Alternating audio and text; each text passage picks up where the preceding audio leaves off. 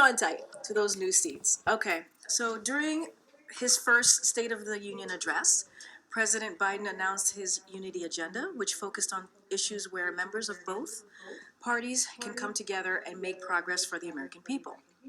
Ending cancer as we know it, delivering on our sacred obligation to veterans, tackling mental health crisis, and beating the overdose epidemic. Today, we continue to deliver real progress across all four areas, including significant action over this past week. This morning, the president marked a significant milestone in the fight to end cancer as we know it by launching the first program dedicated to driving breakthroughs in the way we treat cancer through the Advanced Research Projects Agency for Health. The VA also announced this morning that toxic exposed veterans are now eligible for breast cancer risk assessments and mammograms, regardless of their age, symptoms, family history, or whether or not they are enrolled in VA healthcare. Additionally, the agency will conduct a scientific review to determine whether there is a relationship between three types of cancer conditions and toxic exposure for service members.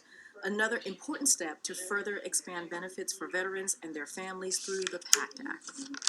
With these key actions, we continue to deliver on our sacred obligations to our veterans, and they build on our progress to expand medical care and housing guarantees for veterans, invest in VA medical facilities, and expand employment protections for military spouses.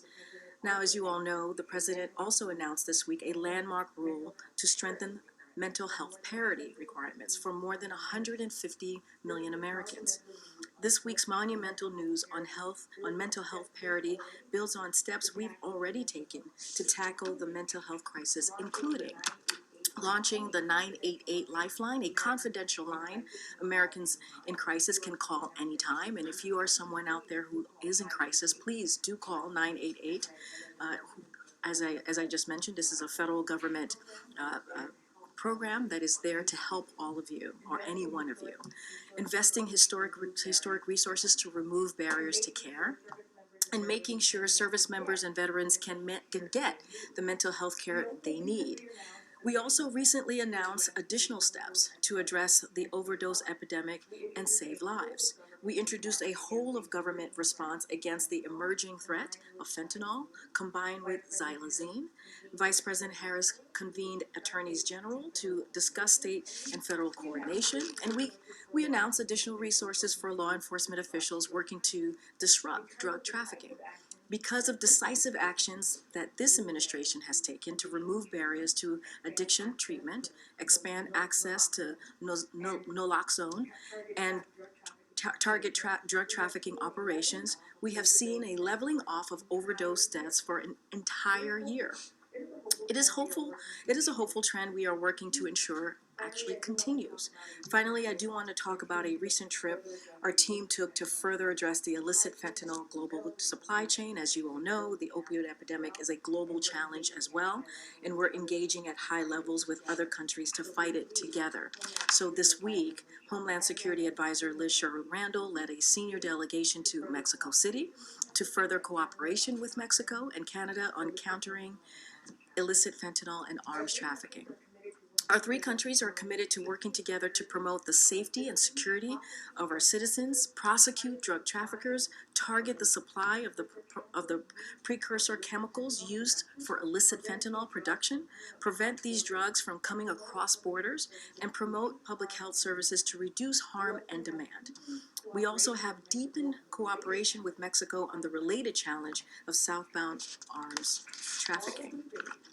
All of these issues, ending cancer as we know it, delivering on our sacred obligation to our veterans, tackling the mental health crisis, and beating the overdose epidemic matters to Americans in both red states and blue states. We are taking meaningful steps to deliver on the President's unity agenda for our nation. Now tonight, as you all know, the President will deliver remarks at the Truman Civil Rights Symposium to commemorate the 75th anniversary of the desegregation of the military and the forward march to redeem the soul of the nation. He'll talk about the courageous action President Truman took to respond to the mistreatment of Black veterans that led to creating the greatest fighting force in history of the world, that is also the most diverse fighting force in the history of the world. And he'll talk about how 75 years after President Truman's courage, today in 2023, a senator from Alabama is blocking more than 300 military nominations with an extreme political agenda. The senator's action and the failure on the part of the 48 Republican senators to do something about it are dangerous. They are harming our military readiness, they're undermining national security, and they're hurting troop morale. And tonight, President Biden is going to make that clear. So I suggest that all of you tune in. Today's GDP report shows Bidenomics at work. After a year recession predictions, we saw the economy grow at a 2.4% rate last quarter, while inflation fell significantly. Business investment increased by nearly 8%, and construction of factories contributed more to growth than it has in 40 years. As you can see from the chart behind me, that's what the President Investing in America agenda is all about. Bidenomics is growing the economy from the middle out and bottom up, not the top down. Unemployment remains below 4%. Inflation has fallen by 2/3. Wages are higher than before the pandemic, and businesses have invested more than $500 billion in clean energy and manufacturing. In short, the president's economic plan is indeed working. And finally, we have some goodbyes today. First, I want to give a shout out to Sebastian Smith, aka Thor. If you guys missed that briefing, you should go back and check it out. Probably one of the most funniest briefing that we've had in the last 2 years. And as well, we want to say a goodbye to Ket Gorgistani as well. Thank you both for your time here with us at the White House Press Briefing Room, and we are very sad to see you all go, and we'll miss you both. Additionally, I wanted to congratulate Ket on your service as the president of the Foreign Press Group, and we're looking forward to working with Richard, who is going to be taking on the responsibilities in the new role. We also want to share another devastating farewell that I want to share on our team. Our very own Abdullah Hassan is leaving us next week, and he's heading to law school. Abdullah deferred law school by a year in order to continue working in the White House, and we are grateful for his dedicated service to the country, to the president and our press team. I did promise his mom that I would not keep him longer than a year, and I kept my promise to his mother. Hi, Mom. And we are very sad to let him go. And if I could, I would hold him for another year or more. But we do keep our promises here, Mom. We do. Abdullah has had an extraordinarily important portfolio here as our spokesperson, as you all know, on immigration, student debt, climate, and more. Abdullah, we know you're going to do great things and amazing things. I think you are going to be a fantastic lawyer because you are a good human and you care about people. So I can't wait to see what you do after law school. And so with that, we are also thrilled to welcome Angelo Fernandez to fill Abdullah's shoes. He comes from DHS, and we hope that you take a minute to say hello to Angelo and also say goodbye to Abdullah. With that, Songren, the floor is yours. I wanted to ask about the president's reaction to the legal developments yesterday and with the initial plea deal for his son appearing to fall apart. So look, I'm really not going to say anything more than what I shared yesterday. This is a personal matter for Hunter Biden. This is, a personal issue. And as you know, this has been done in an independent way by the Department of Justice. It has been led by a Trump-appointed prosecutor, and I'm just not going to comment beyond what I said yesterday. And of course, and we have said this multiple times, the president and the first lady, they love their son, and they support him as he is working to rebuild his life. I'm just not going to say anything beyond that. And on Leader McConnell, he mentioned that the president called him yesterday. Can you talk a little bit about that conversation, what the president's message was to Leader McConnell, and whether the president believes he is able to serve considering his medical conditions as the Republican leader? So I'm not going to get into the medical condition of of the Republican leader in the Senate, what I can say is the president respects Senator McConnell. There's a lot that they disagree on, but they have found ways to work together to find common ground, and I think that's important for the American people to see that bipartisanship and how they've been able to work together. Obviously, the president has known the senator for some time now. Like the leader mentioned, the president called him yesterday. I'm just not going to go into details on that conversation. As you know, and we say this often here, we try to keep those conversations private, and so I'm just not going to go into details from here. Thanks, Karine. To follow up on Hunter, is the president concerned that his son's legal challenges will continue to take attention away from the White House now that this plea deal has fallen apart? I'm just not going to speak to the politics of this. I'm not going to speak to characterize any of this for the president. What I can say is that, and I've said this before, this is a personal matter. Hunter Biden, as you know, is a private citizen, and this was done in an independent way. This investigation is being led by a Trump-appointed prosecutor, and so the Department of Justice is independent. We give them the space to be independent, and we respect the rule of law. I'm just not going to get into details of characterizing. Has he spoken to Hunter? I'm just not going to speak to any private conversation that the president has with his family. In December 2021, President Biden told ABC's David Muir that accountability is necessary for the January 6th insurrection at the Capitol, no matter where it goes. Does the president stand by those comments, even in the case of former President Trump? I just don't have anything additional to add. As the president spoke, was very candid when asked that question, and I believe his words still stand today. Andrew, good to see you. Good to see you too. On Niger, is the U.S. considering, making a plan to remove troops from Niger? We have to evacuate U.S. citizens, and is there any indication at all that Russia could be have a hand in what's happening? So a couple of things. So the U.S. Embassy released a security alert on July 26, advising U.S. citizens, which was yesterday, as you all know, to limit unnecessary movements and avoid the affected area until further notice as the situation develops. We continue to monitor the situation and will continue to provide information to U.S. citizens in the region through the travel advisories, alerts, and travel.state.gov. We strongly encourage U.S. citizens in Niger to enroll in the Smart Travel Enrollment Program at step.state.gov to receive important emergency information and be careful. Be careful about where they are and what they're doing. We will certainly determine on what is needed as we get further information. To your question about Russia, Putin, I know there's been question about Wagner Group as well. Until now, we have not seen incredible indications of Russian or Wagner involvement, but to the U.S. citizens who are in the country, we again continue to tell them to be mindful, to be careful, and as I just stated, we did put out an alert yesterday. Just another one on international stuff. I think the subpoena, we were supposed to provide information on Afghanistan and withdrawal by Tuesday at 10 o'clock. That hasn't happened. Are you concerned that you could be held in contempt if you don't provide that information? I don't have any comment on that at this time. And then just real quickly on Maloney's visit today, to what extent will you be talking about China and particularly the Belt and Road Initiative? Do you have any indication that the Italians will accelerate moves to get out of that arrangement with China?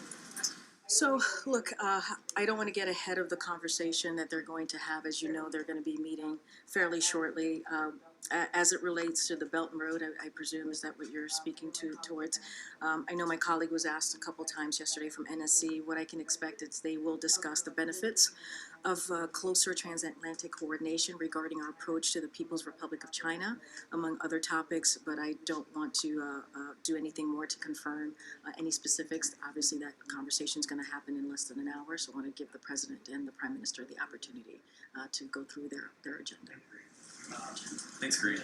I know that so far you guys have been unwilling to say exactly where President Biden invited Israeli Prime Minister to here in the U.S.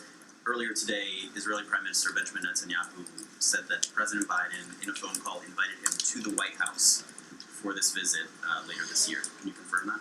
What I can say is they both agreed to meet in the United States later this year. Both teams are working through what that's going to look like, the timing. I don't have anything else to share beyond that, beyond what we have said last week and continue to say after that conversation is that they both agreed to meet in the United States later this year. The president did not invite Netanyahu specifically to the White House. I just want to be very clear. It was a conversation that they both agreed that it would be in the United States. Don't have anything further. Both teams are indeed talking and going and working through.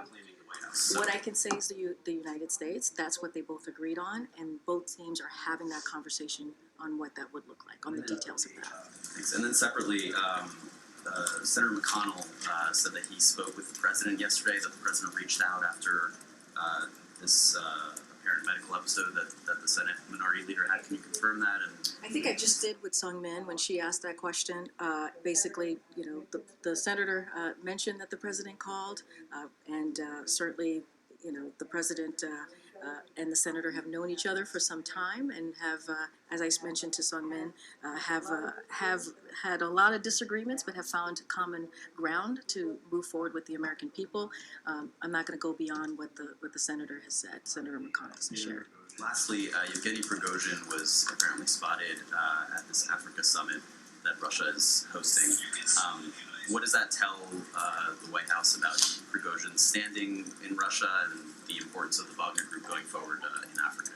I'm not going to characterize or speak to Prigozhin's appearance or participation in the summit. That's something for the Russian government to speak to. Can't see much. Thank you very much. And thank you for the shout out, Karine. Thor. I'll never forget Thor. And if you'll allow me, I just want to say thank you to the unsung heroes of the White House, which are the stenographers. Yes, they are. I agree. They are the unsung heroes. Humbling they have to deal with. And I just have my questions. We appreciate you. We appreciate you. So two questions, if I could.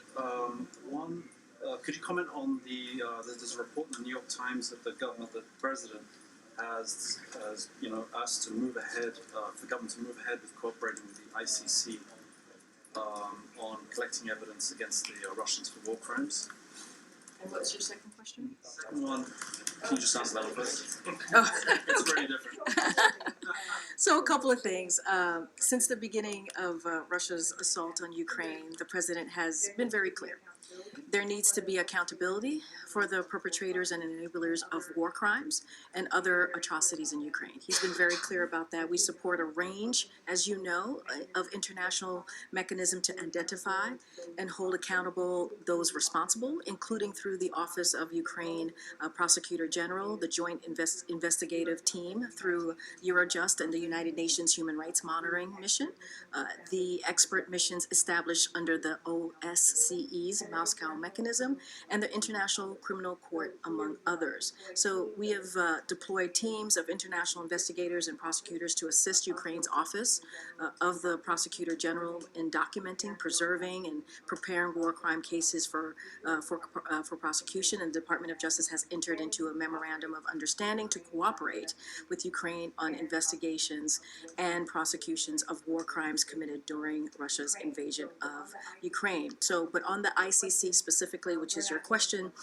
we're not just not going to get into specifics of cooperation, which is consistent with the court's practice of treating requests for cooperation in a confidential manner. So we're going to just be very careful and continue with that tradition that has been around for some time. Is there any policy change in that, in the sense that the US isn't part of the ICC, obviously? No, I totally understand. We're just going to not discuss any specifics.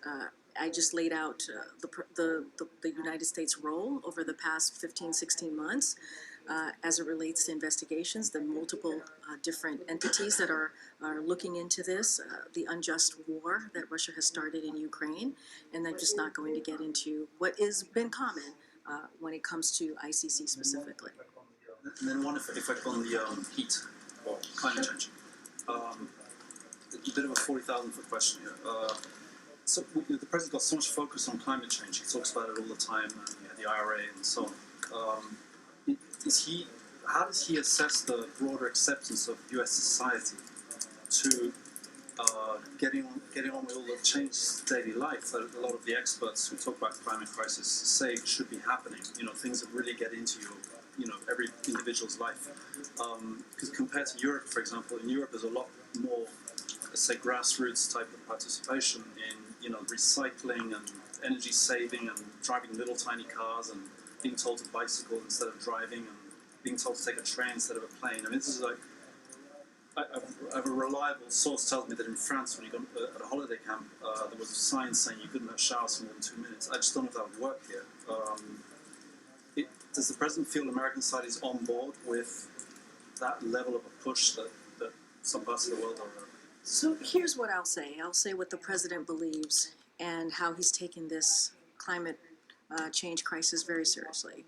Since he walked in day one in this administration, as I've laid out many times before, he's done more to move forward on dealing with climate crisis than any other president. He's had an ambitious policy. We just mentioned the Inflation Reduction Act, which is the most investment that we have seen from any president as it deals with a piece of legislation that is now law to deal with a real issue.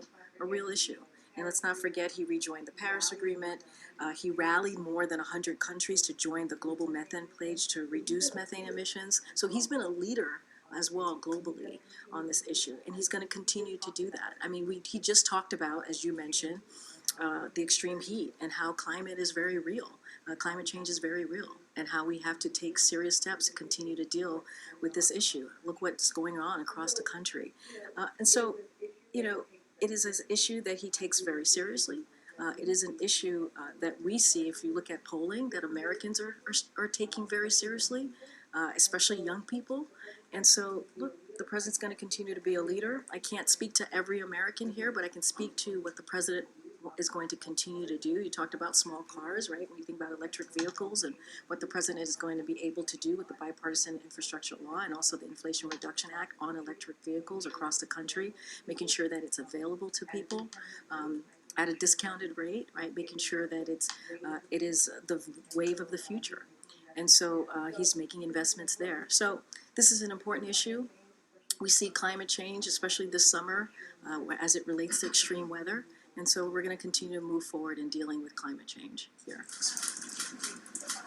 Thanks, Karine. Just to follow up on Sebastian's question, so, you know, today's measures were aimed at explicitly helping Americans to adapt to extreme heat and mitigate the harm it causes. I guess another way to ask is, should Americans expect this to be the new normal in terms of? I mean, I'm not an expert in climate change, so I can't speak to it, what it's going to look like. But we know climate change exists. Right? We know that there is a real problem here, and we know the president understands that we have to be ambitious with our policies as we move forward as a country and globally. I just listed out how the president has been a leader globally on this issue. So look, climate change is a problem. It's here. How bad it's going to get, that is for experts to speak to, but we know that we have to do everything that we can. The president wants to be aggressive here in dealing with this issue. Yes, he announced three important ways to deal with the extreme heat that we're seeing this summer, because he understands that Americans are suffering. Americans are dealing with this issue, tens of millions of Americans across the country. So as president, he put forth 4 real key ways for us to deal with that on the federal level.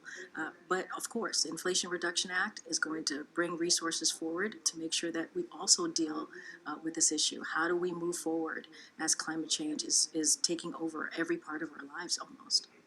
Is there any update on the summit with Japan and South Korea? I don't have any updates for you at this time. Just a question about Niger. The U.S. Embassy has received reports about the borders and airports currently being closed, and commercial flights to and from Niamey have apparently been suspended until August 5th. One, has the White House confirmed this? And 2, does this hamper future rescue or evacuation efforts in the short term? So look, just a couple of things on that. We understand what happened earlier today. The Nigerian foreign minister stated that he was the interim head of government. The president, Bazoum, was still the legitimate president, and that negotiations were still ongoing. And So that's important to note. The situation remains fluid. It is too soon to characterize the nature of ongoing developments. We are monitoring the situation closely and are in communication with the U.S. Embassy there. We strongly support the democratically elected president, and we condemn in the strongest terms any effort to seize power by force and disrupt the constitutional order. We call for the immediate release of the president and respect for the rule of law and public safety.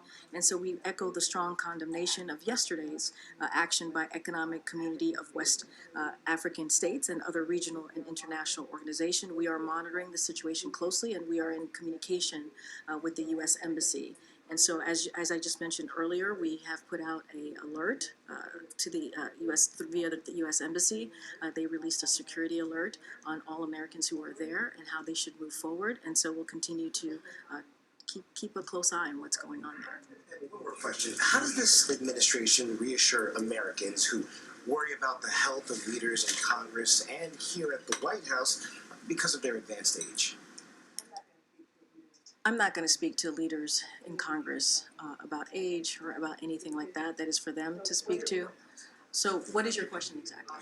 How can the administration reassure Americans who are worrying about these leaders, like you said, in Congress and here at the White House? So is your question about Congress or is your question about leaders here? Well, I'm not going to speak to leaders in Congress. Here at the White House? What about your leader, the leader of Congress? The way that this administration is reassuring Americans who have these concerns.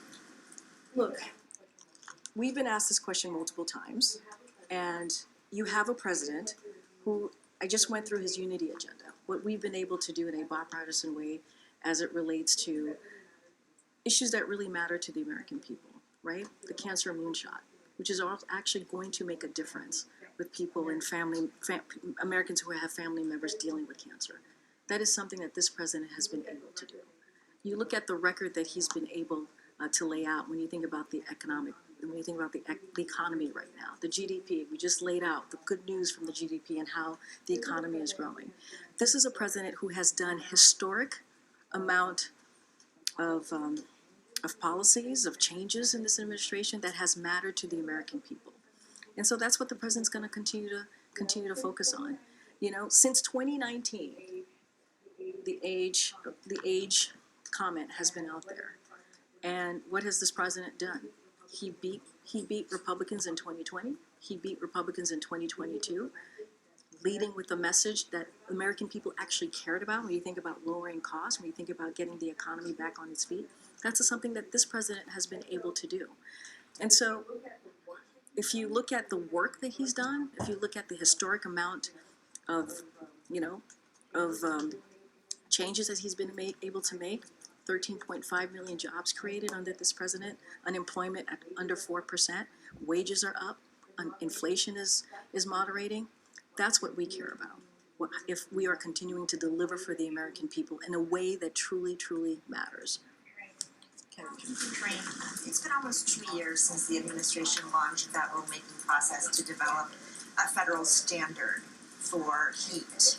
And this week you said that the work is ongoing to develop that national standard. So can you give us an update on where that stands and what's taking so long? So look, we knew that the federal law would require OSHA to go through a few steps, additional steps, right, in order to make regulatory changes, including a required small business review and consultation process that the agency is in process of right now of completing. And so that's why the Department of Labor kicked this process so early in the administration, because we knew it was going to take some time.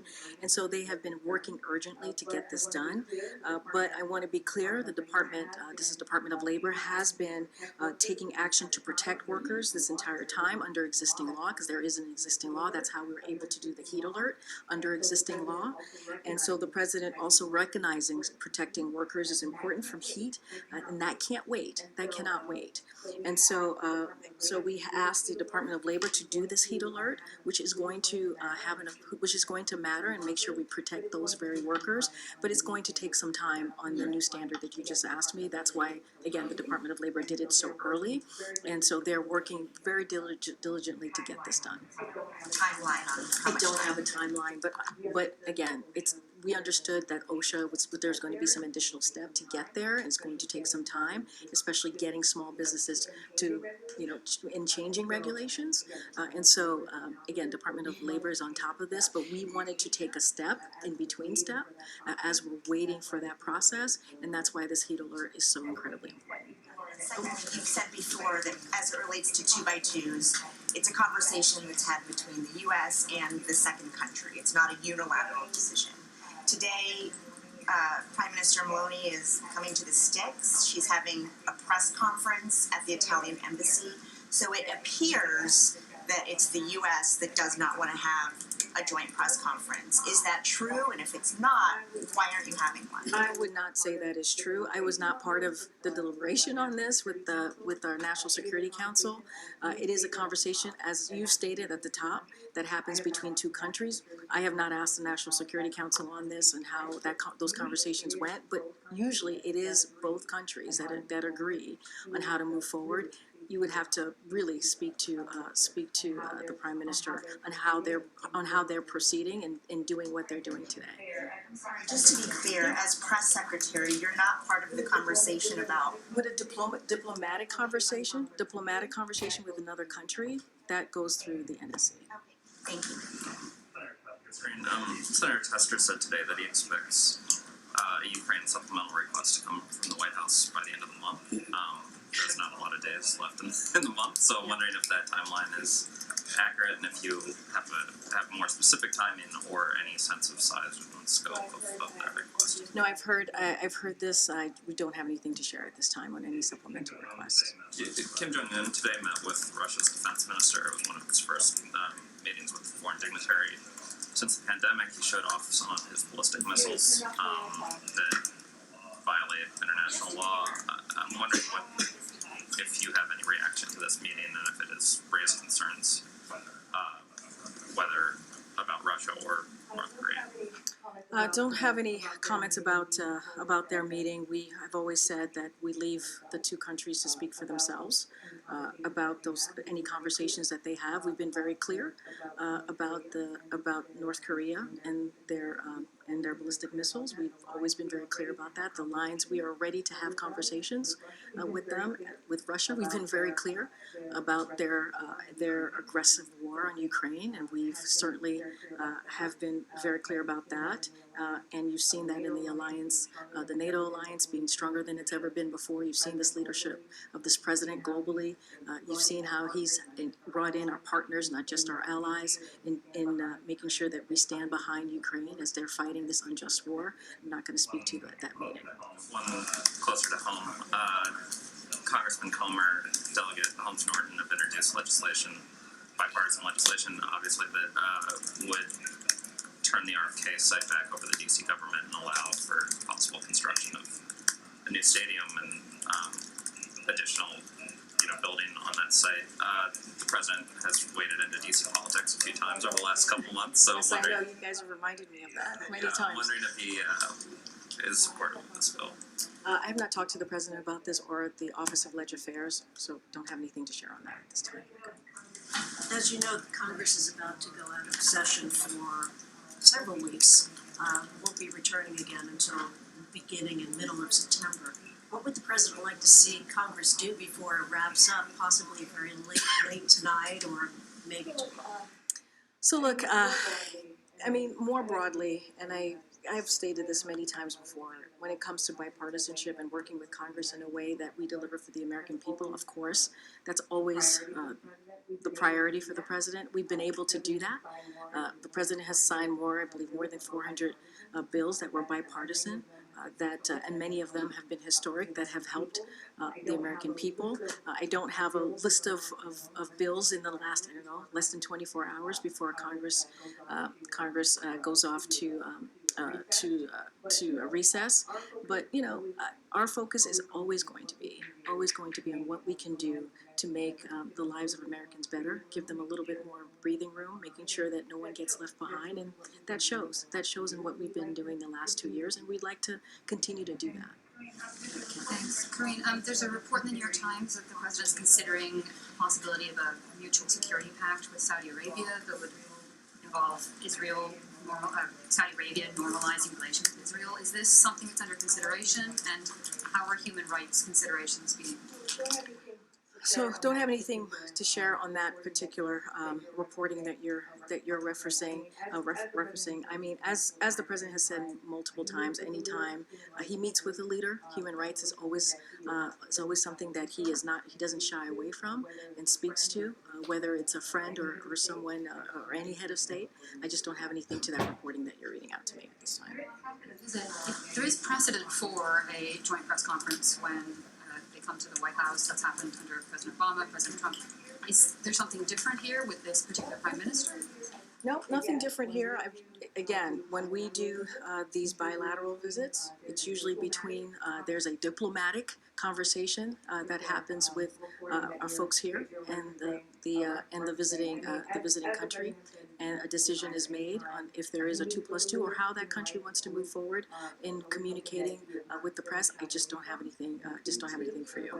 Would you be able to tell us at a later date why there isn't one, or are you saying that we need to go and ask the Italian officials why there's no? Well, I was asked, they're doing their own press conference. She's going to the stakes. You can ask them why they chose that path. Not every head of state that comes here does it that way. They decide to do it differently themselves.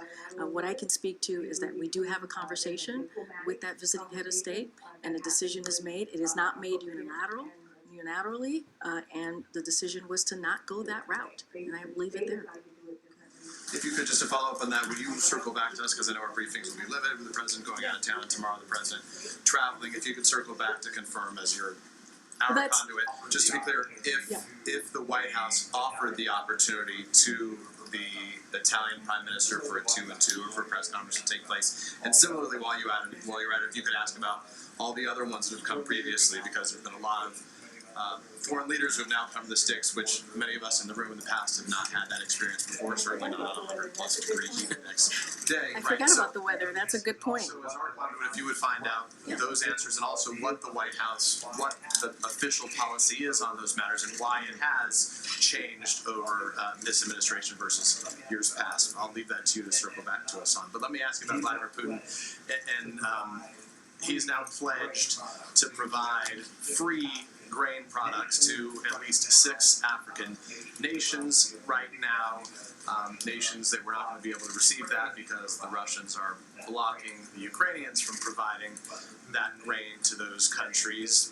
Vladimir Putin is saying that this is a function of Western hypocrisy, trying to get the U.S.'s response to that, how the U.S. will proceed in this situation, most probably. Just really quickly, just to reiterate on your first question, it is not done unilaterally. This is a conversation that happens, a diplomatic conversation that happens with both teams, right? With the visiting country, and also, I know. No, I heard your question. I'm just saying that it is not done unilaterally. So, but I hear your question, and as you said, I am the conduit, and I'm happy to circle back. I haven't said that word. Okay, Vladimir Putin. So first, the Russia's unilateral withdrawal from the Black Sea Grain Initiative, as you know, which had been instrumental in reducing world food prices, as well as Russia's attacks on Ukraine's grain shortage and transportation infrastructure, have caused, as you know, significant volatility in grain and food prices. The Black Sea Initiative had resulted in more than 32 million tons of grain being exported to world markets. Russia's actions to take such a significant amount of food products off the world markets will exacerbate hunger in some of the hardest hit areas of the world, including Africa. So while we would welcome any actual contributions to alleviate global food insecurity, or to paraphrase what UN Secretary General Guterres said just moments ago, and I quote, a handful of donation to some countries cannot replace the millions and millions of tons of grain export that help stabilize food prices around the world. And I also add, despite Russia's rhetoric, they actually invest very little in Africa. accounting for a mere 1% of the foreign direct investment that goes to the continent. And as Secretary Blinken noted, he said this earlier today, they also contribute about 0.02% of the budget of the World Food Program. So as far as we considered, the onus is on Russia to show that it isn't an empty promise, if that is exactly what they're going to do. After all, they began the Russia-Africa Summit with significantly diminished influence as a result of their actions, as we have seen, and more than half of the countries who had attended the previous summit are not attending this one, and so we'll see. To go back to the first question of the briefing, I know you said not a lot's changed since yesterday and that it's a personal matter, but from a presidential perspective, is there any possibility that the president would end up pardoning the summit? No. Well, is there I just said no. I just answered. Go ahead. Go ahead. And thank you for your nice words, and thank you to the whole press team. I've got two follow-ups, one on Niger, one on Russia. On Niger, just more broadly, can you talk a little bit about the concern of the United States about instability in Niger, given what a partner it is for the US, the Europeans, in the fight against extremism in the Sahel region? So it's all unfolding right now. Just don't want to get into hypotheticals. You're right, Niger is an important partner. So we're closely monitoring the situation. I just don't want to get into hypotheticals from here. It is unfolding, and we're just going to continue to monitor and keep a close eye. And on Russia, follow up on the grain announcement. When you look at the 6 countries that Vladimir Putin chose, among them there's Mali, Burkina Faso, Zimbabwe, Eritrea. These are mostly, I think 5 of the 6 were ones that refused to vote against Russia in their UN resolution. How do you interpret that move by Vladimir Putin? Is it a sign of strength with the African continent, sign of weakness? I'm not going to get into Mr. Putin's head. I'm just not. I've just laid out what our thoughts are on this, and how he's lost standing, obviously, globally. If you even look at the summit, how a good majority of folks who were there the first time did not attend. I'm just not going to get into characterizing why he did this, the direction that he wanted to take this. It's just not for me to do. Go ahead. Thanks, Karine. And thanks, Abdullah, for your help over the years. So my question, the House Judiciary Chairman, Jim Jordan, tweeted out a series of internal Facebook emails today showing the influence of the White House to remove some posts the administration didn't like. It's been about 3 weeks since the judge restricted access from certain agencies communicating with social media. How much is the White House now working with social media companies? Concern posts or things they don't want. So what I can say is, honestly, on this, because it's an ongoing case, I would refer you to the Department of Justice on this and the status of this case. As you know, we're going to be very careful here about speaking about this. So I will just let them deal with this.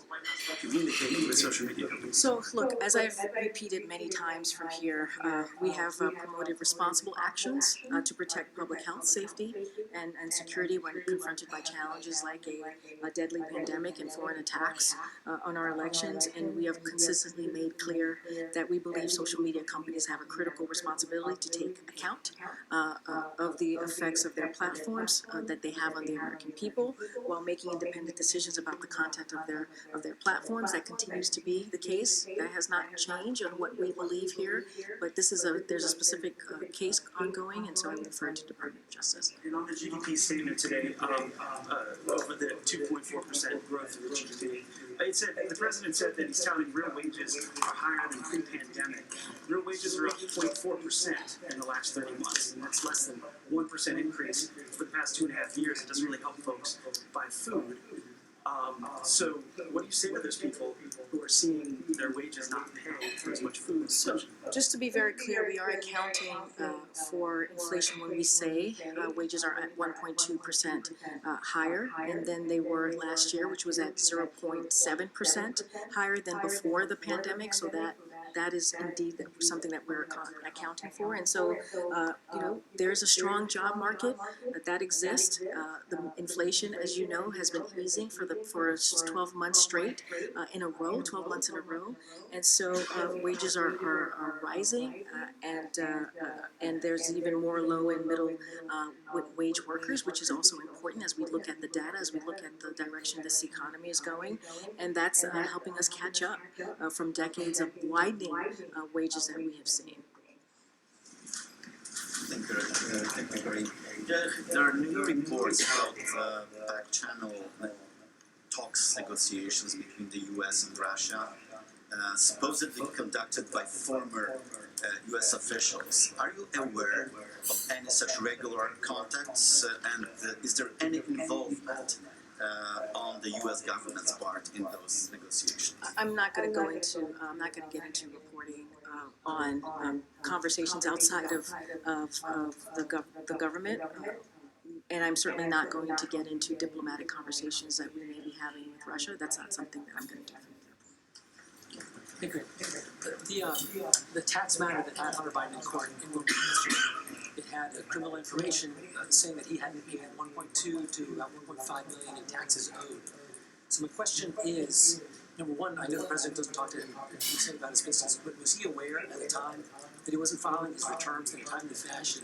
And also, did he ever advise him to pay? Because Hunter testified in court that 1 year he was sober when he didn't file. So did they ever discuss the tax situation? I'm not going to get into the specific of the case. I've answered this question over and over again. Nothing has changed from the statement that I made yesterday. Nothing's going to change from the few times that I've gotten this question in the briefing room.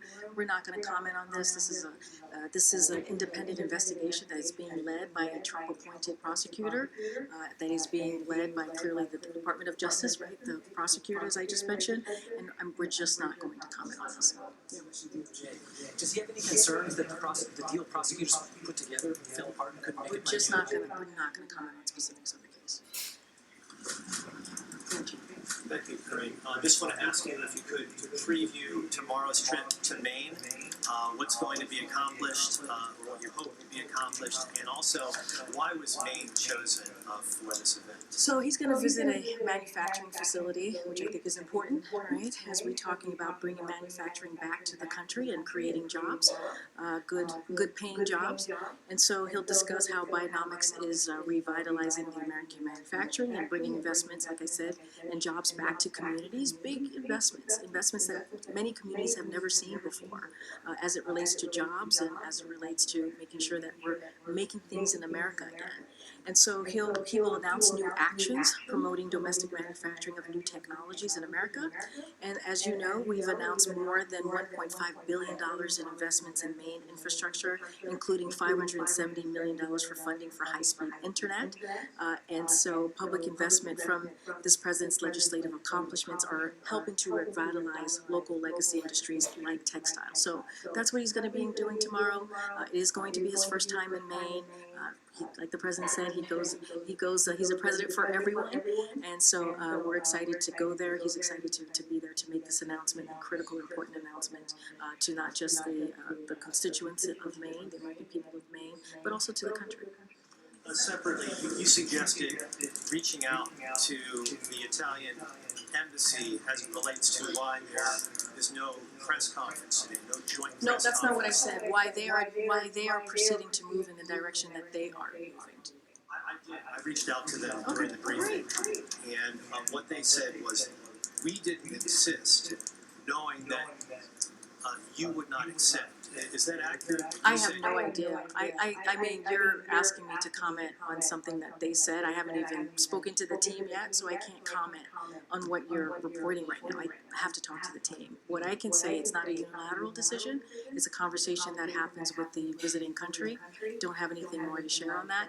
As they are proceeding with the way that they want to communicate, that's on them to speak to. That's not on us to speak to. Is there any reason, just to tie this up, is there any reason why it would be rejected, that idea of a joint press conference would be Like I rejected. said, it is a unilateral, it's not a unilateral decision, it is a conversation that we have with the other country. So I can't speak to specifics on that. Go ahead, Brian. 2.5 questions, and thanks to all the colleagues and all the members of the staff that are leaving. I want to get all that in. As for climate change, I just want to drill down a bit on that. In Lithuania, the president said that it is the greatest existential threat that we face, and the window is closing. Since then, there's been no meaningful legislation introduced in Congress. During the congressional break, will the president be working with his allies in Congress to up the legislation to address climate change? Inflation Reduction Act, that was but we can't poo-poo that. That was an incredibly important piece of legislation that we are currently implementing. Look, the Inflation Reduction Act is going to make a real significant investment as we're talking about climate change. We have never seen that type of piece of legislation before under any administration. So that is important. That is critical. Of course, the president is always going to take steps to move forward as he sees the climate change as a crisis, as he said from the beginning of this administration. And so, of course, we're always going to look on ways. But he has had the most ambitious policy, not just legislation, but also policies as well. Well, I just wondered if he was working on additional legislation. But we're always looking on ways, and we've already had ambitious policies to deal with climate change crisis. I just want to drill down a little bit on the Biden. And I think this will cut to, I'm not going to ask you to speak to anything other than this administration.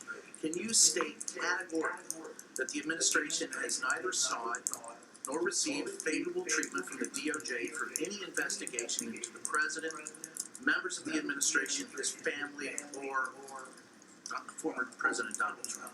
Absolutely not. The Department of Justice is independent. The president respects the rule of law. He has been saying that since he was before president, and that will remain the case. Finally, just as far as the questions about the president himself, I think that would be all cleared up if, once again, if we could just ask him to step out of that door into this room for 45 minutes. And so I ask you again to pass that along to him, to ask him to come out and see us. I appreciate the request. Thank you for the request. The president, as you know, again, I appreciate the question, and I get it, and the president understands. You guys want to ask him questions and have the opportunity for him to answer your questions. I do want to say, this is a president that has done more in the first 2.5 years, when it comes to the economy, when it comes to really giving the American people a little bit of breathing room than any other president. All you got to do is look at the data. All you got to do is look at where we are in this country. There was a conversation for almost 2 years about a recession, and now you have economists saying that because of the work that this president has done these past 2 years, we're not headed in that way. And so, this is a president that wakes up every morning thinking about the American people and doing that job and doing the work. And you see that. You see that, again, in historic pieces of legislation, whether it's the bipartisan infrastructure legislation. That was a joke. Infrastructure Week was a joke. And now we're talking about Infrastructure Decade. Chips and Science Act, we're able to do that in a bipartisan way. You're going to see the president in Maine tomorrow talking about how to bring jobs back to this country, how to bring manufacturing back to this country. Things that the last administration was trying to do, and it was a joke. And this president is actually making it happen. So I'm going to just keep talking about that, keep laying that out. But I get that. But you'll hear him talk about that tomorrow. You will. Okay. Oh, okay. I don't see anybody. Oh, there we go. Hi, how are you? This is Biden's first time coming to Maine as president. Can you share why he chose to come to Maine now and specifically to Auburn? Oh, my goodness. I think I just answered that question.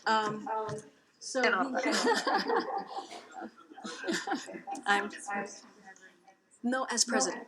As president. This is the first time that he's visiting Maine as president. He's going to, and hello, hi, what's your name? Sorry, my name is Lana Cohen. And you, which publication are you from? I work for the Portland Press Herald out of Portland. Well, thank you for joining us. As you just mentioned, this is the president's first time visiting Maine as president, as Andrea clearly cleared us up for us. So he's going to be visiting a manufacturing facility to discuss how Bidenomics is revitalizing American manufacturing. As you know, for the past couple of months, we've been talking about investing in America and how the president's really key pieces of his legislation, like the CHIPS and Science Act, the bipartisan infrastructure legislation, and so many others, have helped create union jobs. And so this is part of that conversation that you'll hear from the president, promoting domestic manufacturing of new technologies in America. And we've announced, as you know, $1.5 billion in investments in Maine's infrastructure, including $570 million for funding for high-speed internet. And so you're going to hear directly from the president. He wants to make sure that the American people get to hear from him directly, and the people of Maine are going to be able to do that. We're going to have the governor of Maine, Janet Mills, who will be in attendance as well. And so the president's surely looking forward to visiting tomorrow, his first time as president. All right. Could you provide any more information about his visit? Is he going to be attending anything else besides that Auburn manufacturing? So we're going to have a call later today to kind of preview the visit, as we normally do the day before each visit. And so, and also we'll have after that call, we'll certainly release more information so we can do a little bit deeper dive of what the president's doing tomorrow. Great. Thank you so much for your time. Thank you so much, Lena. All right, everybody, have a great weekend, or we'll see you tomorrow and have a great weekend. Still one more day to go. Thanks, everybody.